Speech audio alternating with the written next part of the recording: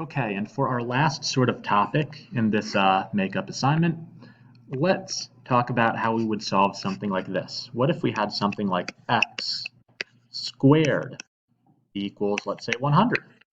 We wanted to solve for x, okay? Well, you might look at this equation and say, well, aren't we already done? It has x on one side, a number on the other. Haven't we solved for this? No, because it's not x that's on the left-hand side, it's x squared.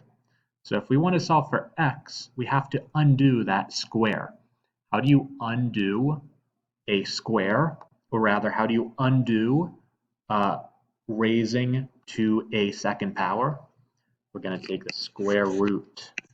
So if we take the square root of both sides, that means x squared, the square root of x squared is x. And that equals 10 or negative 10, right? Because 10 times 10 is 100, negative 10 times negative 10 is 100, right?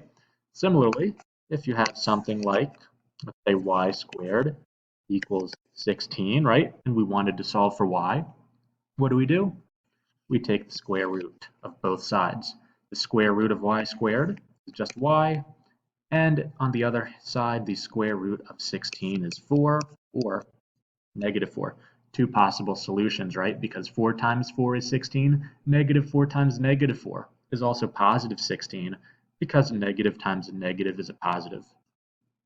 All right, let's take a look at what if we had something like this.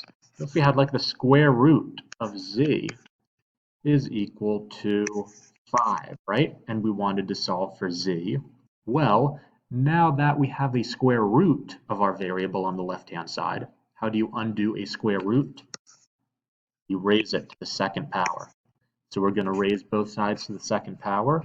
The square root of z raised to the second power, or the square root of z squared, is just the variable z, and that equals 5 squared, which is 5 times 5, which is 25.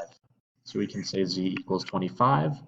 Similarly, if we had something like the square root of y equals, let's say, 3, well, if we want to solve for y, how do we undo that square root? We take both sides to the second power. Square root of y squared is just y, and it equals 3 squared, which is 3 times 3, which is 9. All right, so let's go through one more problem. Let's say we have something like this. Let me make some room first, and let's end our review with maybe a somewhat more difficult problem. Let's say we had something like this. Hold on, everyone. Let's say y squared equals about this. No, I shouldn't do that. Okay, how about this? Let's say y squared plus 5 equals, let's say 30. Actually, forgive me, let us do something different. Let's do this instead, okay? Let's say the area of a circle is given by this formula. Area equals pi times the radius, which we're going to call r, squared, okay? And let's use the approximation for pi. Pi is approximately 3.14. Those equal signs should be more squiggly. Pi is approximately 3.14. That's what a squiggly equal sign means. It means approximately. Pi is approximately 3.14. And let's say if the area of a circle were equal to 500, what is the radius? Okay, so if the area of a circle is equal to 500, what is the radius? Well, that means the area on the left-hand side is the number 500, and that still equals pi times r squared. All right, let's divide both sides by pi to get r squared by itself. All right, 500 divided by pi. Let's just do 500 divided by 3.14, our approximation. All right, cancel out the factor of pi on the right-hand side. 500 divided by 3.14 on the left-hand side is 159. Let's just call it 0.2.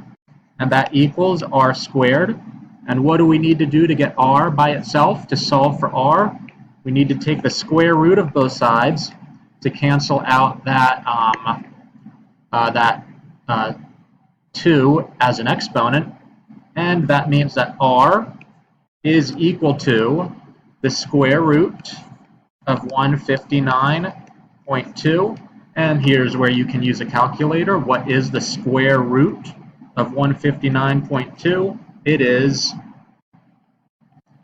12.6. And there's our answer.